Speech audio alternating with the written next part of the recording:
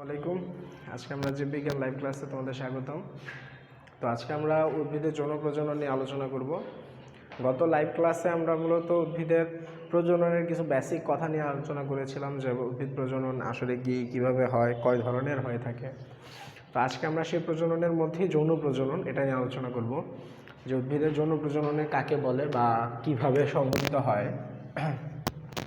তো যৌন প্রজননের জন্য সেটা উদ্ভিদ হোক কিংবা প্রাণী হোক, এটা আমরা মনে রাখবো যে উদ্ভিদ হোক কিংবা প্রাণী হোক, তার যৌন প্রজননের জন্য অবশ্যই দুইটা জননকোষের প্রয়োজন এবং ভিন্নধর্মী দুইটা জননকোষের প্রয়োজন। অর্থাৎ একটা যদি মেল হয় আরেকটা অবশ্যই ফিমেল হতে হবে, যদি ফিমেল না হয় তাহলে হবে না।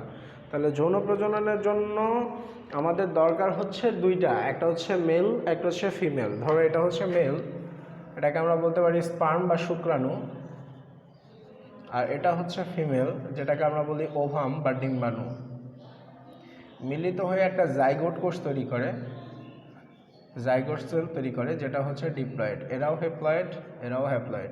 উচ্চ শ্রেণীর উদ্ভিদের জননকোষ, শুধু উচ্চ শ্রেণীর উদ্ভিদ নয়, উচ্চ শ্রেণীর জীবের জননকোষ মূলত হ্যাপ্লয়েড প্রকৃতির হয় এবং তাদের যে জাইগোটটা তৈরি হয় সেটা মূলত ডিপ্লয়েড প্রকৃতির হয়। এখন আমাদের আজকের আলোচনার বিষয় মূলত এটাই, যে কিভাবে এই হ্যাপ্লয়েড স্পার্ম এবং হ্যাপ্লয়েড ওভাম তৈরি হয়ে ডিপ্লয়েড জাইগোট কোষ তারা তৈরি করে। অর্থাৎ কিভাবে একটা উদ্ভিদের পুংজনন কোষ, স্ত্রী জনন কোষ তৈরি হয় এবং কিভাবে তারা মিলিত হয়ে নিষেক প্রক্রিয়া সম্পন্ন করে নতুন একটা উদ্ভিদের জন্মের সূচনা তৈরি করে, সেটা নিয়ে আজকে মূলত আমাদের আলোচনা। তো প্রথমে যদি আমরা স্পার্মের কথা চিন্তা করি, স্পার্ম বা শুক্রাণু পুংজনন কোষ, তো পুংজনন কোষ তৈরির প্রক্রিয়াটাকে বলা হয় পুং গ্যামিটোফাইটিক প্রক্রিয়া।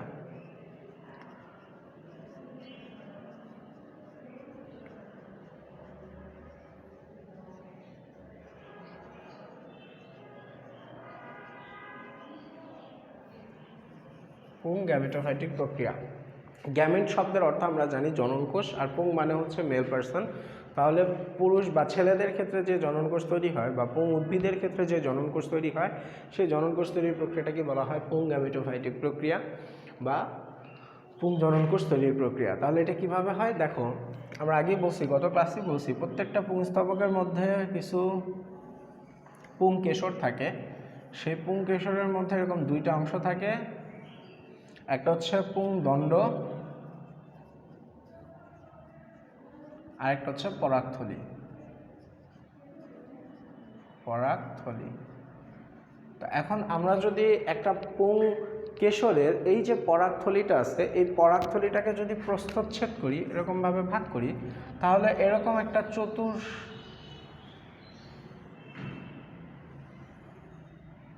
এরকম একটা চারকোণ আকৃতির একটা গঠন দেখতে পাবো। এটাকে যদি আমরা প্রস্থচ্ছেদ করি, এরকম একটা চারকোণ আকৃতির অংশ দেখতে পাবো, যার মাঝখানের দিকে কিছু কোষ থাকবে, যে কোষগুলোর নিউক্লিয়াসটা অপেক্ষাকৃত বড় হবে, সাইটোপ্লাজমটা ঘন হবে, অর্থাৎ সবগুলো কোষ থেকে তারা একটু ব্যতিক্রম ধর্মী, একটু আলাদা হবে।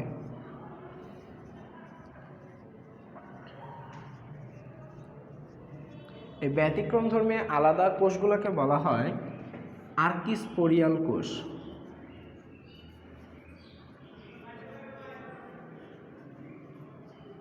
আর্কিস্পোরিয়াল কোষ। তো এই আর্কিস্পোরিয়াল কোষ থেকে মূলত আমাদের পুং গ্যামিটোফাইটিক প্রক্রিয়ার আলোচনা শুরু। এই আর্কিস্পোরিয়াল কোষগুলোর মধ্যে প্রথমে মাইটোসিস কোষ বিভাজন হবে। আর আমরা জানি মাইটোসিস কোষ বিভাজনের মাধ্যমে একটা কোষ হতে দুইটা করে কোষ তৈরি হয়। তাহলে একটা আর্কিস্পোরিয়াল কোষ থেকে মূলত দুইটা কোষ তৈরি হবে। এখন ওই কোষগুলোর মধ্যে কিছু কোষ থাকবে যারা এই যে পরাগথলির একেবারে বাইরের দিকে অবস্থান করবে। এই কোষগুলোকে বলবে দেয়াল কোষ, বলা হয় দেয়াল কোষ।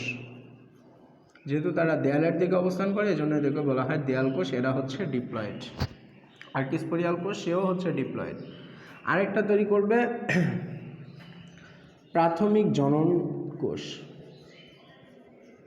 প্রাথমিক জনন কোষ। এই প্রাথমিক জনন কোষটাও হচ্ছে তোমার ডিপ্লয়েড। তাহলে কথাটা এরকম আসলো যে পরাগথলিকে আমরা প্রস্থচ্ছেদ করলাম, প্রস্থচ্ছেদের মধ্যে তার মধ্যে বিশেষ কিছু কোষ দেখা গেল, সেই কোষগুলোকে আমরা বলছি আর্কিস্পোরিয়াল কোষ। সেই আর্কিস্পোরিয়াল কোষের মধ্যে মাইটোসিস কোষ বিভাজন হলো। সেই মাইটোসিস কোষ বিভাজনের মাধ্যমে দেয়ালের দিকে, অর্থাৎ বাইরের দিকে দেয়াল কোষ তৈরি হয় এবং ভিতরের দিকে বিশেষ কিছু প্রাথমিক জনন কোষ তৈরি হয়।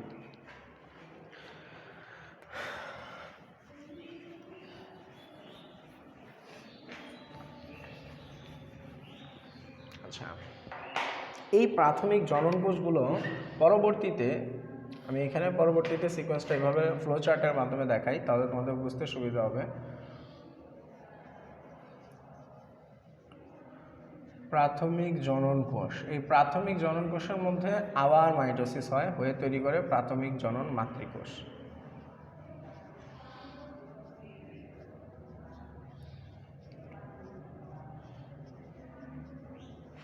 প্রাথমিক জনন মাতৃকোষ কি প্রক্রিয়া? মাইটোসিস প্রক্রিয়ায়। তার মানে এটাও ডিপ্লয়েড, এই কোষটাও হচ্ছে ডিপ্লয়েড। এই প্রাথমিক জনন মাতৃকোষ, মনে রাখবো মাতৃকোষের সবসময় মিওসিস কোষ বিভাজন হয়। তো এই মাতৃকোষের মধ্যে প্রথম মিওসিস হয়ে তৈরি করবে আমাদের পরাগরেণু। পরাগরেণু। এখন দেখো, যেহেতু এখানে মিওসিস হইলো, এতক্ষণ পর্যন্ত সব হয়েছে মাইটোসিস, এখানে আইসা হইলো প্রথম মিওসিস। তো এই মিওসিস কোষ বিভাজনের মাধ্যমে প্রাথমিক জনন মাতৃকোষ থেকে তৈরি হয় পরাগরেণু। তাহলে অবশ্যই মিওসিস প্রক্রিয়ার মাধ্যমে যে পরাগরেণুগুলো তৈরি হয়, সেই পরাগরেণুগুলো হয় হ্যাপ্লয়েড প্রকৃতির। এখন একটা জিনিস আমরা জানি যে একটা কোষ থেকে মিওসিস প্রক্রিয়া যখন বিভাজিত হয়, তো তখন সেখান থেকে টোটাল 4টা কোষ তৈরি হয়। তাহলে পরাগরেণু কয়টা করে তৈরি হবে বলো? 4টা করে পরাগরেণু তৈরি হয়, 4টা করে পরাগরেণু। এই যে 4টা করে পরাগরেণু, এরা একসাথে অবস্থান করে। এজন্য এই 4টা করে পরাগরেণুর স্ট্রাকচারটাকে বলা হয় পরাগ চতুষ্টয়। পরাগ চতুষ্টয়। এখানে একটা কথা বলার আছে, সেটা হচ্ছে আমরা যখন পরাগথলিটাকে প্রস্থচ্ছেদ করি, তো তখন পরাগথলির মধ্যে মোটামুটিভাবে 5 থেকে 7টা স্তর বা লেয়ার দেখা যায়। ওই 5 থেকে 7টা লেয়ারের মধ্যে একটা লেয়ার, যেটা থার্ড লেয়ার আমরা বলে থাকি, সেই থার্ড লেয়ারটাকে বলা হয় ট্যাপেটাম। অনেক সময় পরীক্ষায় কোশ্চেন আসে ট্যাপেটাম কি? তাহলে ট্যাপেটাম হচ্ছে পরাগথলির 3য় স্তর। মনে রাখবো, পরাগথলির 3য় স্তর, যা পরাগরেণু তৈরি হওয়ার সময় গলে যায়, সেই গলিত 3য় স্তরটাকে বলা হয় ট্যাপেটাম। ঠিক আছে? তো তৈরি হলো পরাগ চতুষ্টয়। এখন ব্যাপারটা খেয়াল করো, পরাগরেণু, এই যে 4টা করে পরাগরেণু, এই 4টা করে পরাগরেণুর যে কোনো একটা পরাগরেণুর একটু গঠনের দিকে যদি আমরা তাকাই, তাহলে পরাগরেণুর গঠনটা কেমন হবে?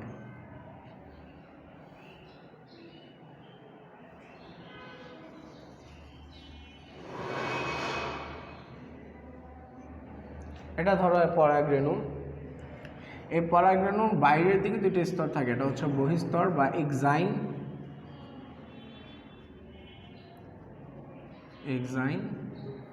এটা হচ্ছে অন্তঃস্তর বা ইনটাইন। তাহলে একটা হচ্ছে এক্সাইন, একটা হচ্ছে ইনটাইন, 2টি স্তর। তো বলা হয় যে এটার মধ্যে একটা নিউক্লিয়াস থাকে।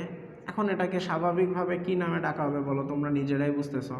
পরাগের নিউক্লিয়াস, পরাগরেণুর নিউক্লিয়াস। পরাগরেণুর নিউক্লিয়াসকে কি বলা হয়? পরাগ নিউক্লিয়াস। তাহলে এটা হচ্ছে পরাগ নিউক্লিয়াস।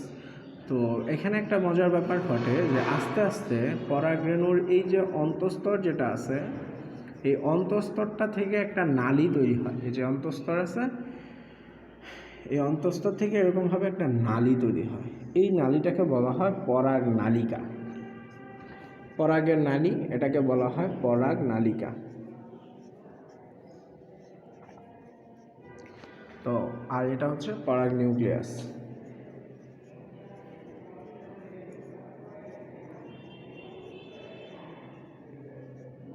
পরাগ নিউক্লিয়াস। তাহলে পরবর্তী স্টেজে এসে কি হয়? এই যে পরাগ যে নিউক্লিয়াসটা আছে, এই পরাগের নিউক্লিয়াসটা ভাগ হয়ে যায়। যখন পরাগ নালিকা তৈরি হয়, তো তখন এই পরাগের নিউক্লিয়াসটা ভাগ হয়ে যায়। তাহলে ভাগ হয়ে ধর আলটিমেটলি 2টা নিউক্লিয়াস তৈরি করে ফেললো। এই 2টা নিউক্লিয়াসের মধ্যে একটা নিউক্লিয়াস এই পরাগ নালিকার মধ্যে আগে প্রবেশ করে। যে নিউক্লিয়াসটা আগে প্রবেশ করে তাকে বলা হয় নালিকা নিউক্লিয়াস।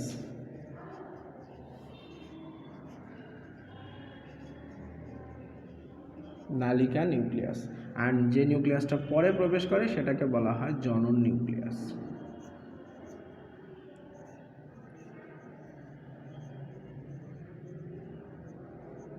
তো আমরা যখন নিষেধ করবো, তো তখন দেখবো এই জনন নিউক্লিয়াসের মধ্যে আবার বিভাজন হয়। বিভাজন হয়ে জননিউক্লিয়াস থেকে যে কোষ তৈরি করে সেটাই হচ্ছে আমাদের পুংজনন কোষ। আচ্ছা, এখন একটা জিনিস খেয়াল করো, আমরা বলছি পরাগরেণুটা হ্যাপ্লয়েড, তাহলে হ্যাপ্লয়েড পরাগরেণু নিউক্লিয়াস কি ডিপ্লয়েড হবে? না, অবশ্যই না, এটা হলো হ্যাপ্লয়েড। এই নিউক্লিয়াস থেকে যে নিউক্লিয়াসগুলো তৈরি হচ্ছে, দুইটা করে নিউক্লিয়াস, এগুলো কি ডিপ্লয়েড হবে? না, এগুলোও হ্যাপ্লয়েড। তাহলে পরাগরেণু থেকে যে পরাগ নিউক্লিয়াস সেটাও হ্যাপ্লয়েড, পরাগ নিউক্লিয়াস থেকে যে নিউক্লিয়াসগুলো তৈরি হলো নালিকা নিউক্লিয়াস বা জননিউক্লিয়াস তারাও হ্যাপ্লয়েড, জননিউক্লিয়াস থেকে যে পুংজনন কোষ তৈরি হয় সেটাও হ্যাপ্লয়েড। তাহলে এইভাবেই মূলত আমাদের পুং হ্যাপ্লয়েড কোষের সৃষ্টি হয়। এটা কি বলা হয়? পুং গ্যামেটোফাইটিক প্রক্রিয়া। তো এখন আসি আমরা স্ত্রী গ্যামেটোফাইটিক প্রক্রিয়াটা আসলে কিভাবে হয় সেটা একটু দেখি।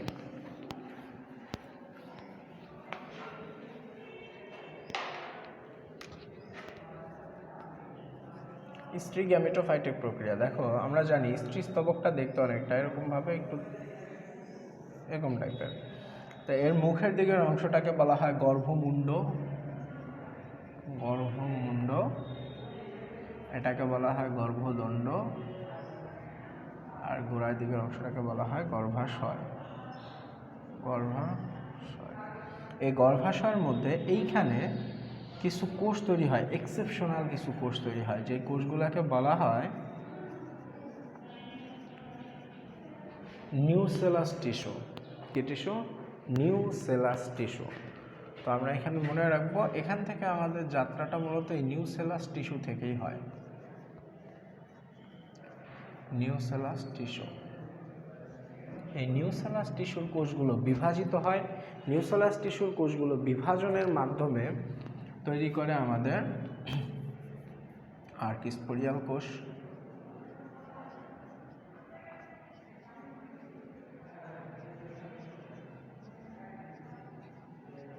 আর্কিস্পোরিয়াল কোষ, সে আর্কিস্পোরিয়াল কোষ থেকে আবার সেম আগের মতোই, এটার ব্যাপারটা একদম আগের মতোই, পুংজ গ্যামেটোফাইটের মতোই, আহামরি তেমন নতুন কিছু নাই এখানে। সেখান থেকে তৈরি হয় তোমার দেয়াল কোষ, প্রাথমিক জনন কোষ।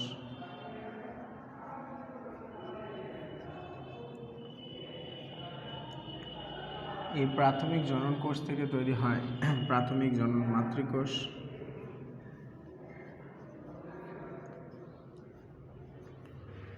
জনন মাতৃকোষ। আর আগেই বলছি মাতৃকোষের মধ্যে মিওসিস হয়, এতক্ষণ পর্যন্ত যেগুলো হয়েছে সেগুলো সব মাইটোসিস, এখন যেটা হচ্ছে সেটা হচ্ছে মিওসিস। মিওসিসের মাধ্যমে 4টা কোষের তৈরি করে, 4টি কোষ।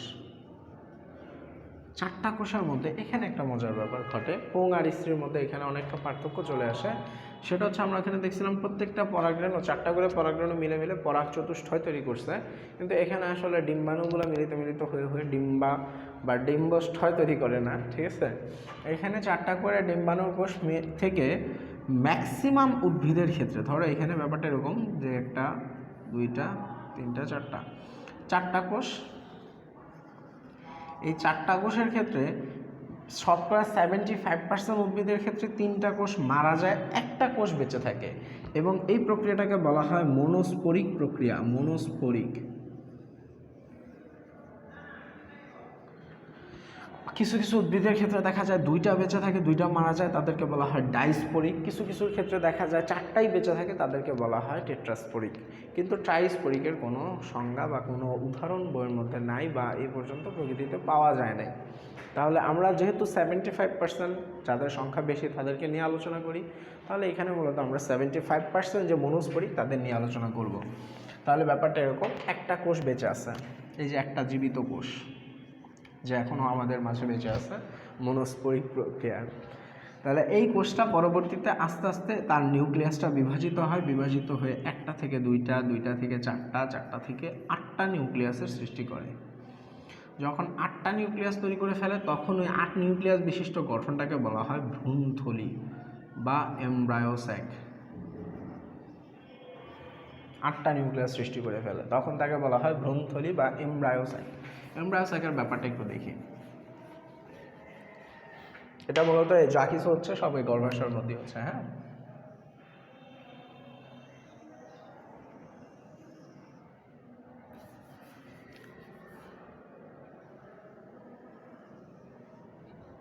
দেখো ভ্রূণথলিটা দেখতে অনেকটা এরকম, যার মাঝখানে 2টা করে নিউক্লিয়াস অবস্থান করে, 4টা কোষের। একদিকে হচ্ছে 3টা কোষ অবস্থান করে, 3টা করে অবস্থান করে, আরেকটা দিকে 3টা কোষ অবস্থান করে।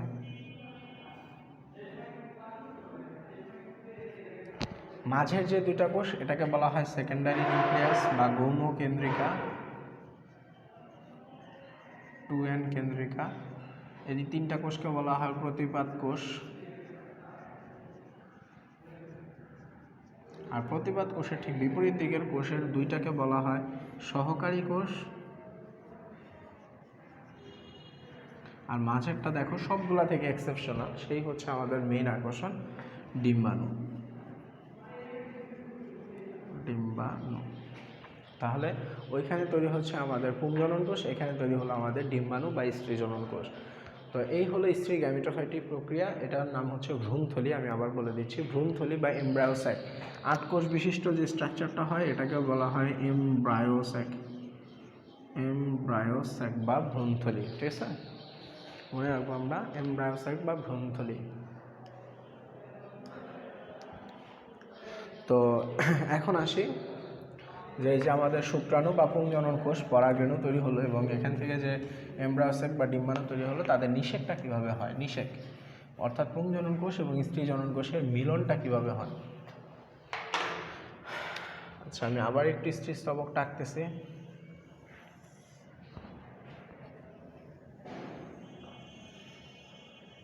দেখো স্ত্রীস্তবকের এই যে এখানে তৈরি হয়েছিল আমাদের এমব্রায়োস্যাক। এমব্রায়োস্যাকের মাঝে 2টা কোষ ছিল হচ্ছে আমাদের সেকেন্ডারি নিউক্লিয়াস। একদিকের কোষ ছিল 3টা, একদিকের কোষ ছিল বিশেষ স্টাইলের 3টা। আচ্ছা, এটা হচ্ছে গর্ভমুণ্ড। প্রথমে এসে গর্ভমুণ্ডের মধ্যে পরাগায়নের ফলে কিছু পরাগরেণু এসে মিলে পড়ে। এই পরাগরেণুগুলো থেকে আস্তে আস্তে পরাগ নালিকা ভিতরে প্রবেশ করতে থাকে। কিছু কিছু পরাগ নালিকা ভিতরে প্রবেশ করার পর থেমে যায়, আর একটা মাত্র পরাগরেণুর নালিকা সে একেবারে এসে 7 সমুদ্র 13 নদী পার দিয়ে একেবারে ভ্রূণথলির সাথে এসে মিলে যায়। যখন সে মিলে যায় তো তখন এই পরাগরেণুর ভিতরে আমরা দেখছিলাম 2টা নিউক্লিয়াস, একটা জনন নিউক্লিয়াস, একটা হচ্ছে নালিকা নিউক্লিয়াস। সেই নালিকা নিউক্লিয়াসটা জনন নিউক্লিয়াসকে পথ দেখায় নিয়ে আসে, এই পর্যন্ত আসে। যখন এইখানে আসে তো তখন এই নালিকা নিউক্লিয়াসটা এই সহকারী কোষ 2টার সহকারে নষ্ট হয়ে যায়। নষ্ট হয়ে গিয়ে এখানে একটা ছিদ্রের সৃষ্টি করে। ছিদ্রের সৃষ্টি করে তখন এই জনন নিউক্লিয়াসটা এই পোর্শনে গিয়ে সে আবার বিভাজিত হয়। বিভাজিত হয়ে সে 2টা পুংজনন কোষ তৈরি করে। এই 2টা পুংজনন কোষ পরবর্তীতে এর ভিতরে প্রবেশ করে। একটা পুংজনন কোষে সে ডিম্বাণুর সাথে মিলে, আরেকটা পুংজনন কোষে সেকেন্ডারি নিউক্লিয়াসের সাথে মিলে। এই যে সেকেন্ডারি নিউক্লিয়াসের সাথে পুংজনন কোষ মিলছে এটাকে বলা হয় ত্রিমিলন। যেহেতু 3 জনের মিলন হইল এজন্য এটাকে বলা হয় ত্রিমিলন। আর কোষটার নাম হয় ট্রিপ্লয়েড নিউক্লিয়াস বা গৌণ 3n নিউক্লিয়াস বা ট্রিপ্লয়েড শস্য কোষ বলতে পারি আমরা এটাকে, শস্য কোষ। আর এদিক দিয়ে পুংজনন কোষ আর স্ত্রীজনন কোষের মিলন, এটাকে আমরা বলতে পারি জাইগোট কোষ। জাইগোট, এই জাইগোট কোষটা পরবর্তীতে বিভাজিত হয়ে তৈরি করে তোমার বীজ, আর সেকেন্ডারি ত্রিমিলনের ফলে যে শস্য কোষ তৈরি হয় সেটা পরবর্তীতে তৈরি করে ভ্রূণ বা এমব্রায়ো। তো এখানে একটা মজার ব্যাপার হচ্ছে, যেহেতু এখানে 2টা পুংজনন কোষ এসে 2টা স্ত্রীজনন কোষের সাথে মিলিত হচ্ছে, এই জন্য এই নিষেকটাকে বলা হয় দ্বিনিষেক। দ্বিনিষেক, নিষেক কাকে বলে এটা তো আমরা জানি, পুংজনন কোষ এবং স্ত্রীজনন কোষের মিলনকে নিষেক বলে। যেহেতু এখানে 2টা পুংজনন কোষ এসে 2টা স্ত্রীজনন কোষের সাথে মিলিত হয়, এজন্য এটাকে বলা হয় দ্বিনিষেক বা বাইফার্টিলাইজেশন। তাহলে এই হচ্ছে আমাদের প্রক্রিয়া। এই প্রক্রিয়ার পরবর্তীতে তোমার বীজ আর ভ্রূণ তৈরি হয়ে যায়। এদের মধ্যে মাইটোসিস বিভাজন ক্রমান্বয়ে চলতে থাকে, যেটা পরবর্তীতে এই গর্ভাশয় নিয়ে, এখানে তোমরা জানো ব্যাপারগুলো, এগুলো ক্লাস 9-10 পড়ে আসছে, যে গর্ভাশয়টা, এই গর্ভাশয়টা শুধু ফলে রূপান্তরিত হতে হয় কোনো কোনো উদ্ভিদের ক্ষেত্রে, আবার কোনো কোনো উদ্ভিদের ক্ষেত্রে একেবারে ফুলের যাবতীয় অংশ নিয়ে পুরো অংশটাই ফলে পরিণত হয়ে যায়। যেমন কাঁঠালের ক্ষেত্রে পুরো অংশটাই ফলে পরিণত হয়ে যায়। আর আমটামের ক্ষেত্রে কী হয়, শুধুমাত্র গর্ভাশয়টা ফলে পরিণত হয়। তো এখানে ব্যাপারটা হচ্ছে যখন ফলে পরিণত হয় ফল, পুরো গর্ভাশয়টা তৈরি করলো ফল, ফলের মধ্যে জাইগোটটা তৈরি করলো বীজ, আর শস্যকোষটা তৈরি করলো ভ্রূণ। তাহলে এই যে যা বীজ, ভ্রূণ আর ফল তৈরি হয়ে গেল। এটাই হচ্ছে আমাদের উদ্ভিদের, উন্নত শ্রেণীর উদ্ভিদের প্রজননের প্রক্রিয়া। এখন এখানে একটা কথা বলার আছে যে আমরা যদি বীজের ক্ষেত্রে একটু খেয়াল করি, বীজের ক্ষেত্রে আমরা জানি যে নর্মালি একটা বীজ যদি হয়, এই বীজের ক্ষেত্রে দুইটি স্তর থাকে, একটা হচ্ছে বহিঃস্তর, একটা হচ্ছে অন্তঃস্তর। যে কোনো বীজের ক্ষেত্রে দুইটি স্তর, একটা বহিঃস্তর, একটা অন্তঃস্তর। কিন্তু কিছু কিছু বীজের ক্ষেত্রে একটা অতিরিক্ত স্তর থাকে, যেটাকে বলা হয় বীজের 3 স্তর বা ত্রিস্তর। ওই ত্রিস্তরের নামটাকে বলা হয় এরিল। এরকম। আর মজার ব্যাপার হচ্ছে যাদের ক্ষেত্রে বীজের তৃতীয় স্তরটা তৈরি হয়, ওই তৃতীয় স্তরটা আমরা মূলত খাদ্য হিসেবে বা খেয়ে থাকি। যেমন হচ্ছে লিচুর যে সাদা অংশটা আমরা খাই, ওটা মূলত আসলে তার বীজের তৃতীয় স্তর বা এরিলটাকে আমরা খেয়ে থাকি। ঠিক আছে, তাহলে আজকে ক্লাসটা এই পর্যন্তই থাকবে। তোমরা ভালো করে পড়বা, ইনশাল্লাহ তোমাদের সাথে আগামী ক্লাসে দেখা হবে। সে পর্যন্ত সবাই ভালো থাকবে। আল্লাহ হাফেজ।